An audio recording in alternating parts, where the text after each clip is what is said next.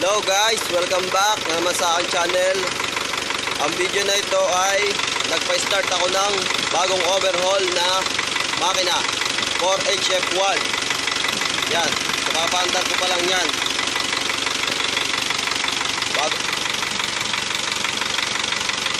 Bagong buo siya, kaandar lang ngayon. Hindi ko pa siya pinatakpan ng indicator.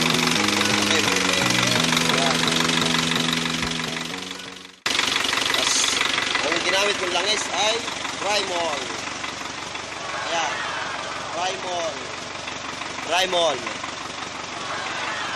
Rymol Logro Protect 15W40.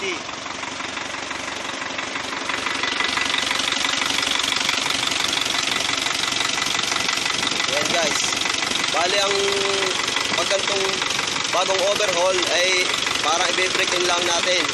Kumbaga, paandar lang siya lagi natin hanggang sa gumanda na ang kapit ng piston ring. Bali, ito pala pinalitan ko ng 4 na piston. Saka bearing, baliktang rod bearing, ganyan. Conrad bushing, marami ang pinalitan dito. Ayan, papaandarin ko lang siya ito ngayong maghapon. Tapos bukas, papaandarin ko ulit. Break in.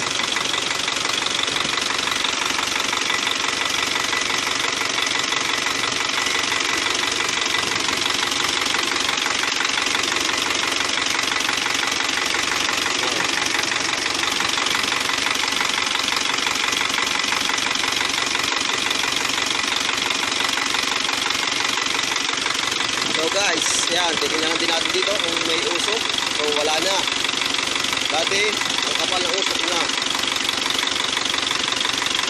Kung bago ka sa channel ko, click mo na ang subscribe button at notification bell para updated ka sa aking i-upload na mga videos. Yan lang po at maraming salamat. Thank you for watching.